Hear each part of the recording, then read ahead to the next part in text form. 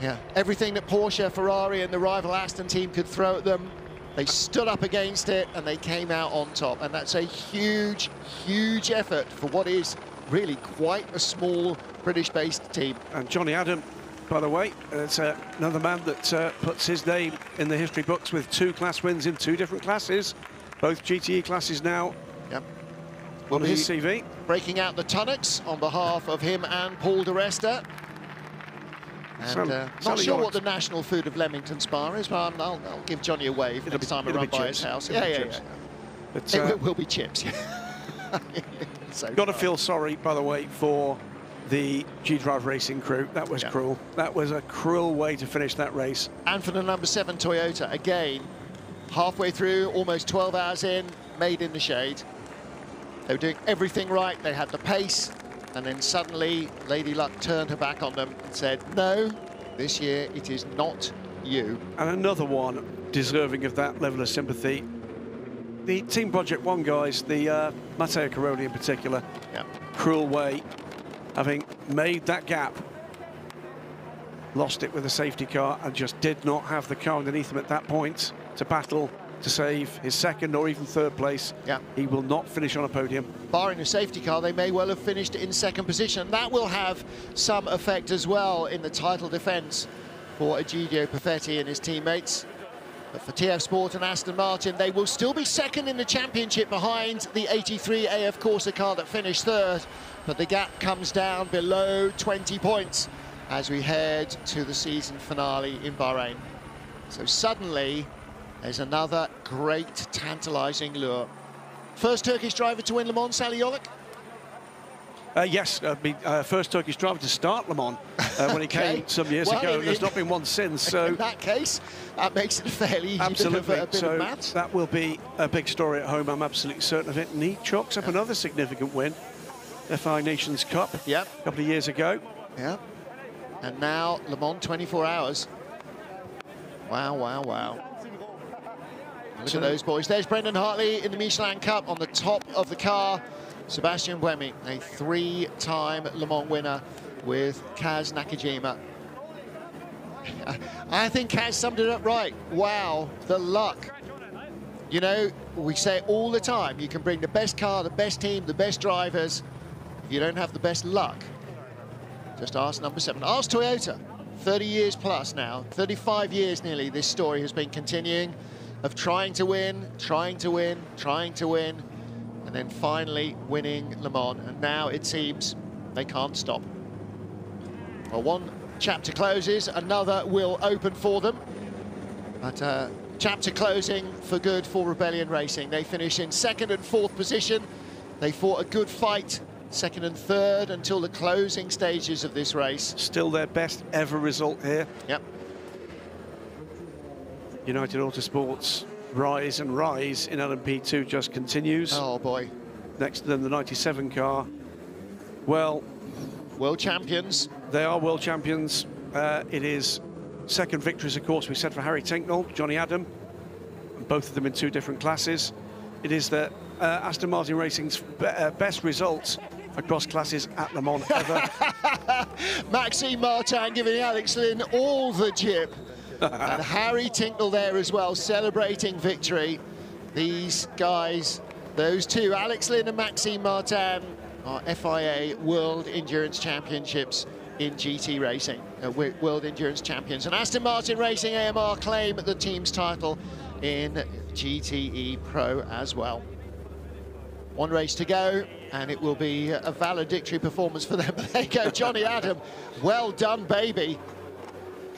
And Sally Yolek, wrapped in the Turkish flag, the red with the white crescent, dives in to embrace Charlie Eastwood, who I think probably, if he's got anything about him, is trying to pretend he hasn't been sobbing like a baby on the in-lap. Yeah, that was Alex Lynn, I think, congratulating the GTM team as well. Close-knit group. Big day for Aston Martin. Charlie Eastwood and Johnny Adam, both with Aston Martin factory contracts. See John Eric Verne there, back against the wall, sitting down beside the G-Drive car that so let him down in the closing stages.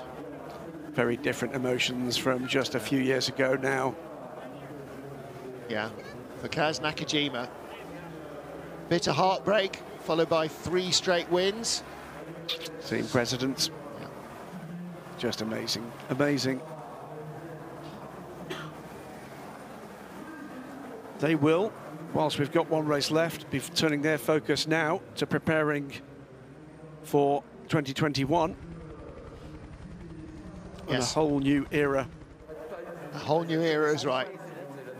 There's Charlie. Go on, Charlie, tell me you weren't sobbing. God, he worked hard for that, though, didn't he? Look at him, he's absolutely dripping wet. Congratulations being offered there by Kazuki Nakajima.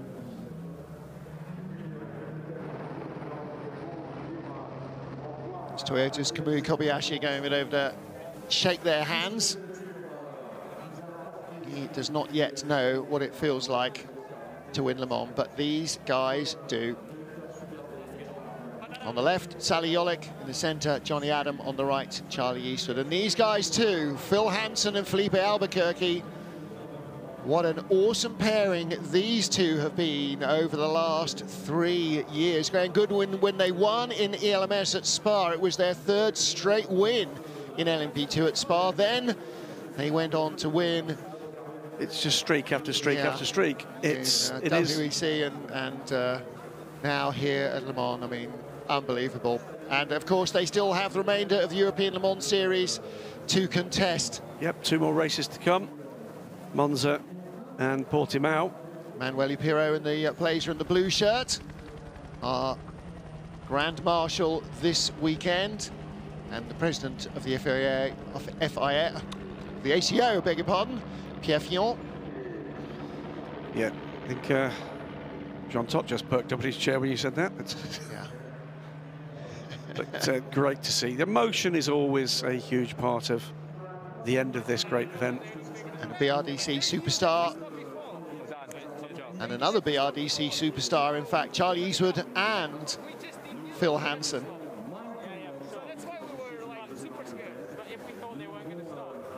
So Felipe and Paul de Rest are there. If we thought they weren't going to stop, it's now second analysing what they thought was going to happen. You know what, quietly, privately, I'm going to have a quiet chat with a couple of people at Jota. I think there was a little bit of... Kidology? Oh, yeah. Well, why wouldn't you? Alan had recalculated that he thought they didn't need to stop either, but there you go. Gustavo Menezes, and closest to us, Bruno Senna there. Rebellion Racing, with Norman Nato finishing in 2nd place, where they started, splitting the Toyotas. And just over 24 hours ago, Toyota number 7, leading away from pole position. And then, in the end... Gentleman in the background is Alex Pesci, the owner of Rebellion, the man behind the vision that became this team. More than a decade here, and some great days. This is one of them. Yeah, absolutely. Aston Martin winning in GTE AM, Aston Martin winning in GTE Pro, United Autosports winning in LMP2, and Toyota Gazoo Racing victorious outright, winning LMP1 and LMP1H. 387 laps, final total. What's the record distance? It's 394, okay. Am I right? I don't know, that's why I'm asking you. You're the man with the plan, Stan. I'm sure Twitter will tell us. Well, of all the teams that you would commiserate with, you have to think a lot about the Porsche GT squad. Like Aston Martin last year, facing 24 hours that couldn't end fast enough. Well, Antonio Felix da Costa doesn't exactly look crushed by finishing 2nd for Jota Sport. And in the tyre battle in LMP2, Michelin came out on top, but Goodyear cars finishing in 2nd and 3rd places. So they had 2 podium finishers at Le Mans. It all goes into the knowledge banks for next season for Goodyear.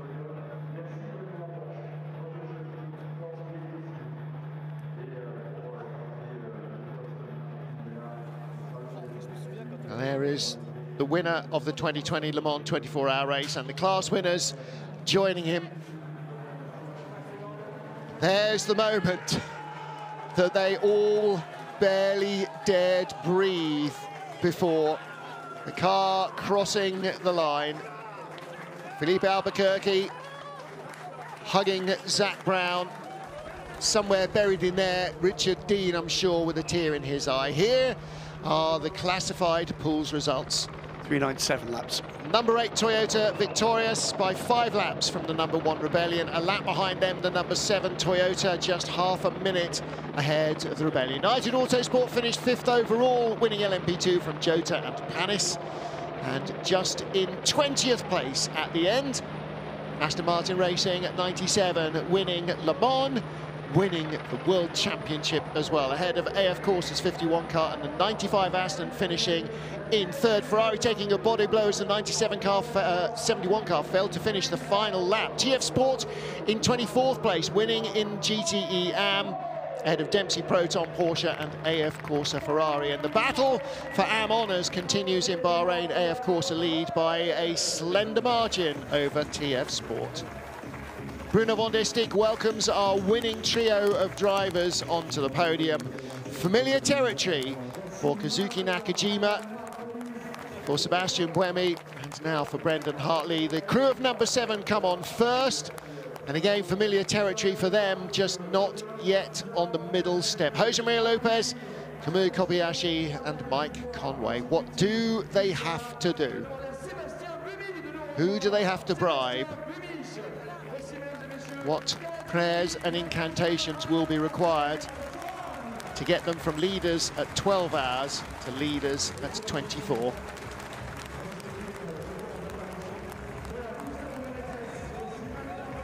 Well, there is the other Toyota team. We seem to have skipped one of the Rebellion crew, not there. Here they are.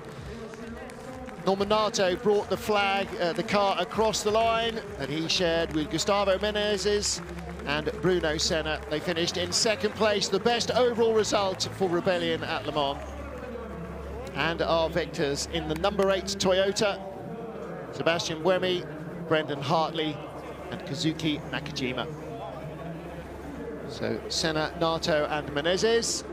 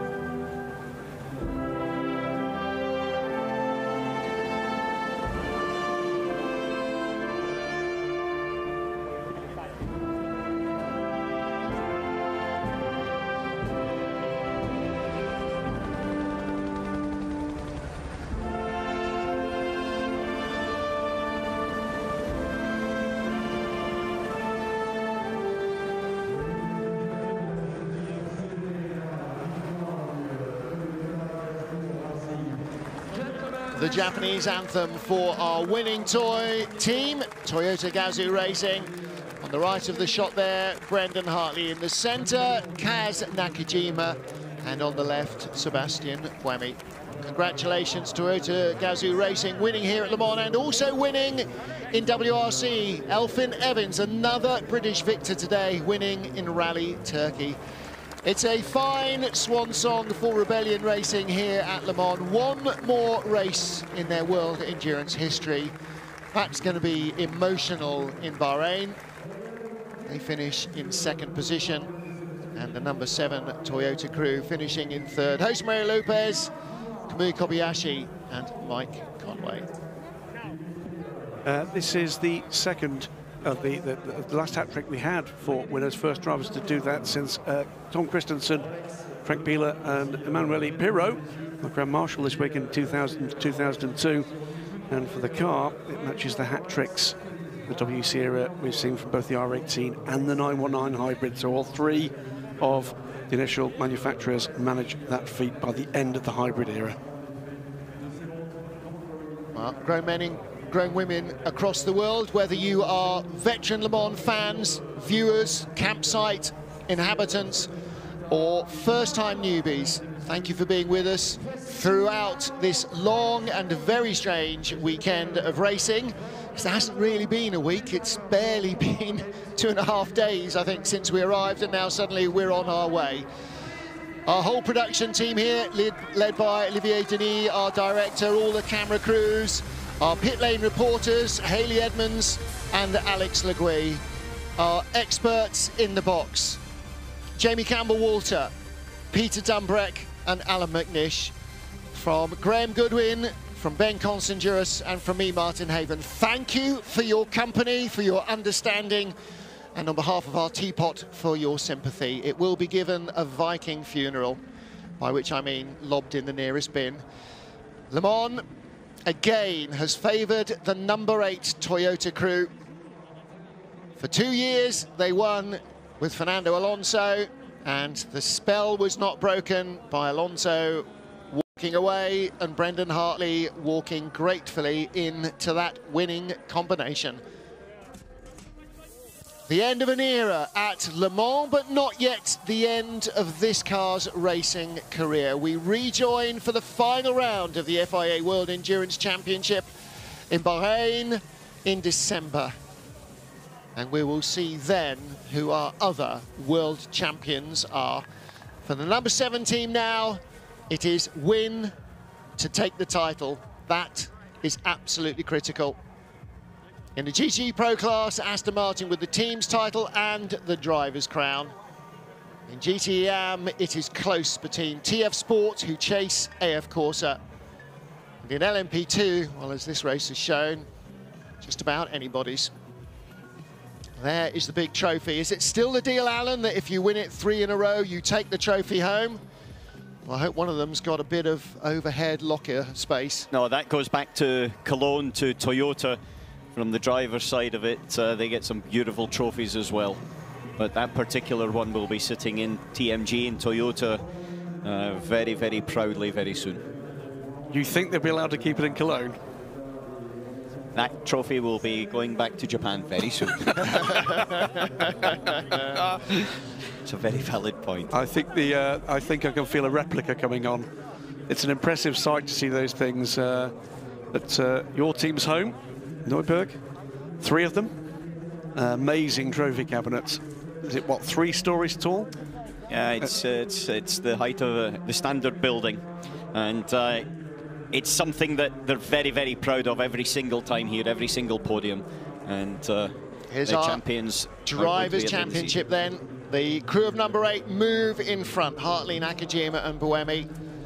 And it is a 7-point spread for the title. And he's going to make the 14th of November. Beg your pardon, I misspoke. And as ever, Fiona Miller is there with all the accurate details. Toyota Gazoo Racing, no, a long way in front in the team's championship. That 60 points on offer. They need 3 points, I think. Remember, it's Bahrain. 1.5 points for the race. Oh, so it is. So it is still up for grabs then. So it's not the 25 to 18 split this time. So Toyota looking to round out the World Championship again in Bahrain in November. So 2 months from now. And on their present form, maybe, just maybe, the number 8 team have swung it in their favour. It's always good to be leading going into the final race. Nothing is guaranteed. That much the number 7 crew know. They were leading the points coming in here. They led halfway through the race, and it still didn't reward them. The number 7 crew highly motivated. Now, there's not a question of whether or not you decide between Le Mans win or a World Championship, they've got to go for the latter. Yep. And a win, in whatever circumstances, would secure that. Yep. Well, the Le Mans win taken away from them, it's something they will still have to chase. But as Alan McNish would definitely vouch, being able to be a world champion is also something that every racing driver wants. And the crew of the number 7 will spare absolutely no effort to take that title away from the number 8 crew. And they'll feel that maybe it should be theirs, because number 8 again have been smiled on here at Le Mans. So that's our overall podium, the top 3 cars: Toyota number 8, Rebellion number 1, Toyota number 7. In the GTE Pro category, Aston Martin Racing first and third. Between them, the 51 AF Corsa Ferrari. Risi Competizione finished 4th, and in the end, the beleaguered Porsche GT team 5th and 6th. AF Corsa 71 car stopped on the very last lap, the last half of the last lap, and is not classified. The WeatherTech Ferrari crashed out of the race by an errant LMP2 car in traffic, and it never recovered from that nighttime blow at Tertre Rouge. And that's heartbreaking for them. One of just 2 teams to make it across the Atlantic here to Le Mans. But the World Endurance Champions, the manufacturers' GTE champions, are Aston Martin Racing. And when I drive up the M40 past Banbury tomorrow morning at around 7 in the morning, the Union flag had better be proudly flying outside ProDrive HQ. The Dane train finish 3rd, with Nicky Thiem, he of the wild hair and the tyre licking, with Marco Sorensen, and with Richard Westbrook. Bath now clearly part of Denmark. And Aston Martin's winning combination come out on the top step of the podium as well. Alex Lynn, Maxime Martin and Harry Tincknell. And that's 2 legendary 24-hour races now for Maxime Martin. His father and his uncle have both won at Spa, as he has. Neither of them have also won at Le Mans. Take that, Dad.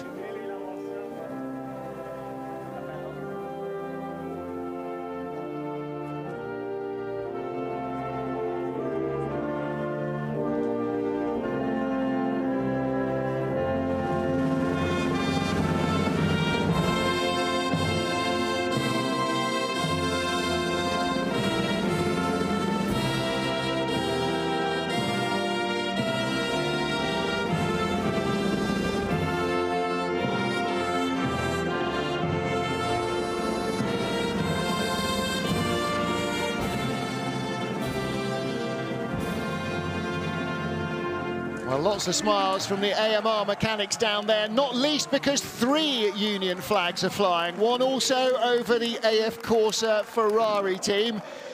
In the same way that Richard Westbrook isn't actually a Dane, I'm not sure Amato Ferrari is actually British either. However... Yeah. David King, by the way, there for Aston Martin with the winning crew. Yeah. The Vice President of the Special Chief Special Operations Officer looks after all of Aston Martin's motorsport programmes. Yeah. Captain Motor Racing, basically, and he'll be heading to the Nürburgring 24 hours for next weekend. Properly lovely bloke. Hot in the wheel tracks of Peter Dumbreck, who's already sent himself off in that way. So, to beat this next year, Aston Martin Racing basically have to be Formula 1 world champions, I think, don't they? Or at least win the British Grand Prix. Well, yeah. Yeah. One of those. As big as Le Mans, though. Yeah, true. Mind you, a 20-race World Championship would almost be covering the same distance for an Aston Martin Formula 1 car. AMR, the boys and girls, the men and women there, and you can see the TF Sport crew down there as well, waiting for their drivers to come up and celebrate victory. And the AF Course 51 team, James Collado, Alessandro Pierguidi, the former world champions, they know exactly what that feels like, don't they? And they have Daniel Serra with them on the podium here. Runners-up at Le Mans. Great race. For those 3, Pro. Yeah, Harry Tincknell, Maxime Martin and Alex Lynn. What a moment. Boy done good, Alan. Boy done good. Yeah, they all did very, very good. Very hard fight in GTE Pro as ever, but critical points. They managed to get ahead and then hold it, and all three deserved that victory. But for Aston Martin Racing, it was a very important victory, I think. In so very many ways. Yeah. Well, this team has been associated with Aston Martin through all sorts of various different racing eras, haven't they? From that fabulous V12 prototype through the GT field, customer cars racing in GTE and GT3 and GT4, in national and international championships, in global championships. And now they are world champions, drivers and teams, and 2 cars on the Le Mans podium. A red letter day for Aston Martin. Did they win a rally anywhere yet? No, okay. Maybe that'll come. Marco Sorensen, Nicky Team, the world champions. Alex Lynn, Maxime Martin, 2nd place. And Alessandro Pueguidi and James Collado in 3rd. So the Danes are the champions, the world endurance champions, and their teammates are the champions here at Le Mans. AMR with the title tied up ahead of Porsche and Ferrari in 3rd place, but not by much. That's going to be a very tight battle, and that battle for 2nd spot could go either way easily in Bahrain. I'm pretty sure that the driver's title is not yet done. Oh, is it not? No, I don't think so. I think it closes up. Their drivers are now 1-2. Yep. Well, they're all going to smell like champions, whether they get to drink anything or not. Don't forget there are no bars open in the paddock or anywhere else here on site. We are in a very secure bubble. United Autosports victorious in LMP2. Jota ran them very close in the final stages. And Panis Racing, well, they came from right out of the backfield to claim a remarkable podium with a failure for the G-Drive car that dropped them down not to 4th but 5th behind. Senior Tech Alpine stop us after 1 lap at Le Mans with what looked like maybe a terminal problem. Edexport 6th overall with a car that was rebuilt into a brand new tub on Friday, and their 2nd car that was also almost written off, finishing just outside the top 10. Testament to how hard mechanics work even to get cars to the start line, never mind to the finish line. For United Autosports, the potential 1-2 in the middle of the night evaporated with problems for the number 32 car, but 22 held on strong. Very different LMP2 race than we're used to here. Attrition, drama, right to the end, and the emotion involved there. We said it early on, it was more like LMP 675 when cars would, you think would barely any of them would ever make it through to the end. And for a degree, it looked like every team had to have some mandatory problem. These guys had the least of them. Felipe Albuquerque, Philip Hansen, the points leaders. Now, Paul di Resta didn't do all the races with them, but he is still ahead of Antonio Felix da Costa and Roberto Gonzalez for Jota Sport. And Davidson hasn't done all the races with them either, so he's in 4th, ahead of the Racing Team Netherlands duo. Fritz van Aert, Geert van der Garde have been together all the time, but Nick de Vries hasn't been in the car the whole time. United, Jota, and Racing Team Netherlands are the top 3 ahead of Cool Racing, Jackie Chan, DC Racing, who could so easily have won this race on pace, and Senior Tech Alpine, their chance of defending last year's win evaporated very early in the race, lap 1. Indeed, and as we said a little in the broadcast, the first British privateer team to take a WC title, and I think got to be Phil Hansen, the youngest ever WC champion. Hard to think anybody else might be. Well, these guys are thoroughly depressed about being on the podium, aren't they? The Panis number 31 crew. And it's been a story of coming not even really from the midfield. If we look at some of the results from the early hours, they were in Nowheresville. All French team, and delighted to be there. United Autos. Why is he calling 3rd first and then 2nd? Is that a distancing thing? Anyway, the winners come out. Zach Brown with them, Richard Dean down there in the crowd with the team applauding them, with the boys and girls from United Autosport. because like so many teams, so many of these crews have got male and female engineers working on the cars. Hopefully more male and female driving lineups coming through as well. Antonio Felix da Costa getting used to international podiums, but not this one. Yeah. Well, this Davidson. is a very different view from the winners' podium in Berlin, which he stood on top of, winning races and the title in Formula E just a month or so ago. They pushed hard. They made a fight of this. And Davidson, Roberto Gonzalez and Antonio Felix da Costa, second place. But our winners are United Autosports.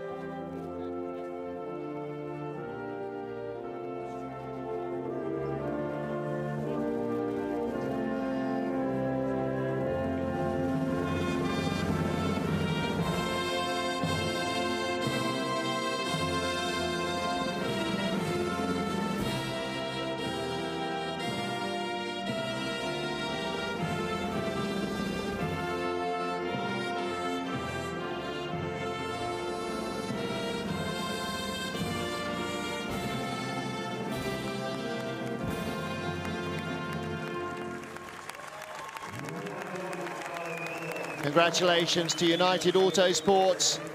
The winning avalanche continues.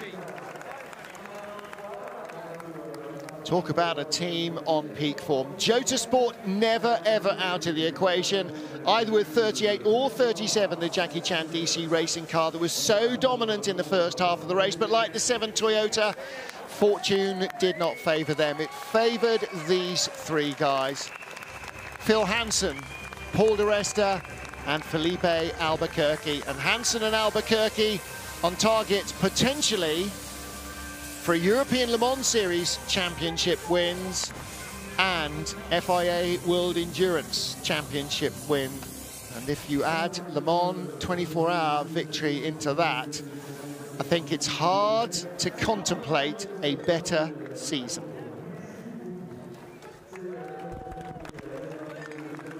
The mutual respect from these teams, overwhelming. Everybody knows how hard a grind it is just to get to the start line at Le Mans, never mind to make it through to the finish. And even before they taste the champagne, you're my best mate, mate. It is, it's that emotional moment, isn't it? It is raw emotion, utter exhaustion and raw emotion. Yeah. That's what it means to Roberto Gonzalez. Yeah. There will, of course, be disappointment, but it's great to see the joy that comes with it. So close. So close. But the great thing with Le Mans is it can always come and try again.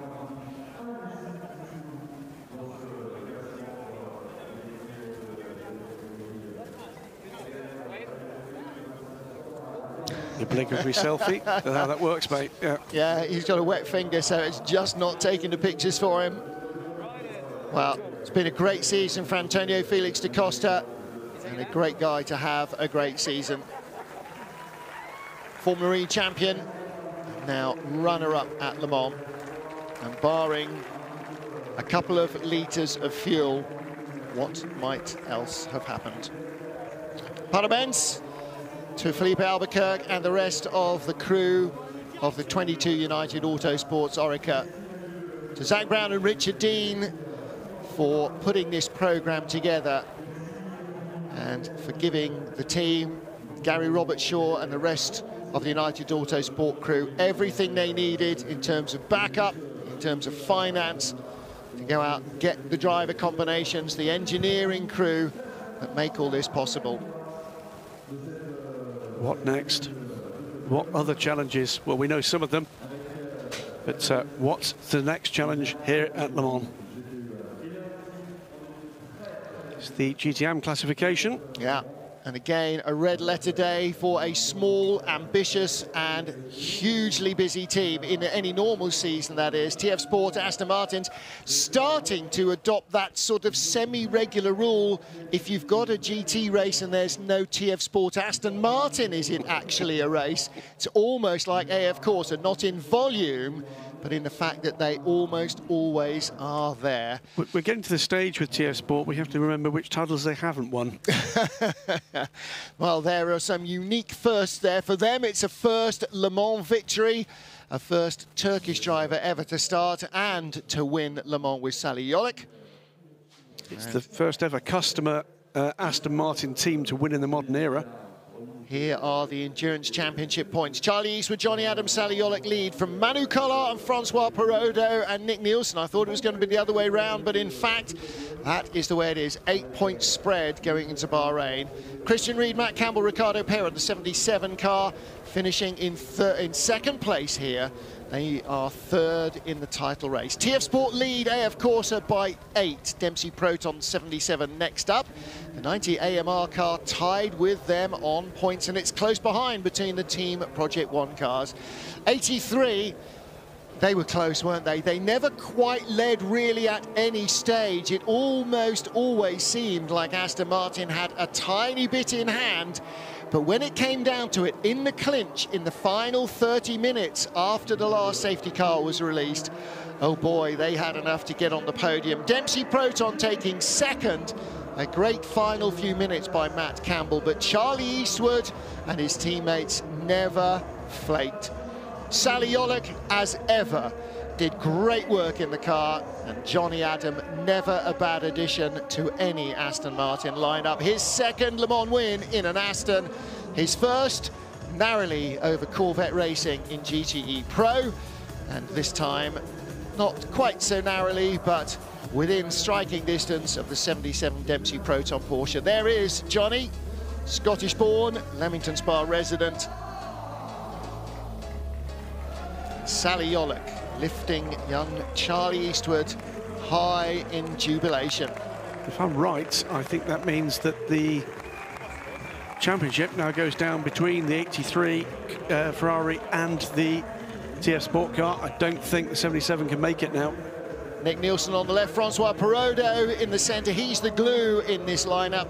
And of course, Manu Collard, he is the experienced head. Been there, done that, seen it all. 6th podium, I believe, for Manu, and this is his 24th start at Le Mans. Now, when I said been there, done that, seen it all, I didn't realise quite that many times. He's still only 33, isn't he? 77 Dempsey Proton, there's Christian Reed, the effervescent boss of this team. Matt Campbell, Ricardo Perra. Ricardo Perra and Nick Nielsen, by the way, on the podium on their debuts at Le Mans. Yeah, and again, this Dempsey team, the Proton engineering team, they never, ever stop racing. They never stop loving GTs, and they never stop loving Porsches. Johnny Adam there, celebrating in a very different coloured uniform to the last time he was on the top step of a podium at Le Mans with an Aston Martin crew.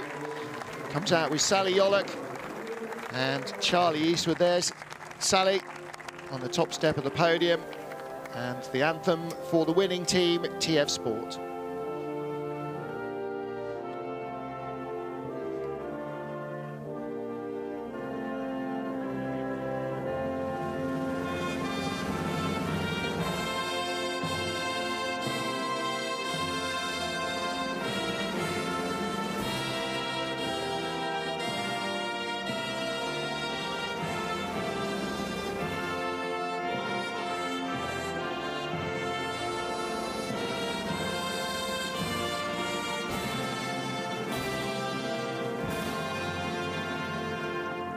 The man in the white shirt, TF himself, Tom Ferrier, former single-seater racer, raced in British Formula 3.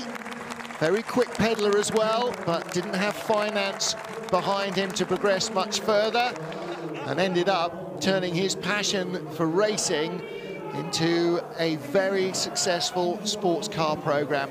TF Sport run a good team in a lot of good championships, and this undoubtedly is his greatest professional day. Victory at Le Mans. 3 class wins for British teams. Sally Yolek, first ever Turkish winner of any class here. Have to go look at the record books to see where Charlie Eastwood ranks for Irish winners in class. There will not have been that many, but quite a day for the little team that could. Phil Hansen, we believe, the youngest world endurance champion. So congratulations to him. Congratulations also to all our GTE AM podium finishers. And to everybody else who came, who saw, who conquered, who stumbled, who was let down by machinery, by fate, who was caught up in accidents not of their own making. To everybody who's helped us produce these TV pictures, the huge crew that has been here working in a very strange situation in very tight times. To everybody from the ACO for making this happen. On behalf of the whole ACO TV crew, thank you for being with us. Final words of the broadcast with Alan McNish and Graham Goodwin. I'm Martin Haven saying thank you to them, to Ben Constangiris, to Jamie Campbell-Walter, to Peter Dumbreck, to Hayley Edmonds, to Alex Legui, to Olivier Denis and the entire TV crew. Well done, guys, in the trucks and out on the tracks. From Le Mans 2020, au revoir.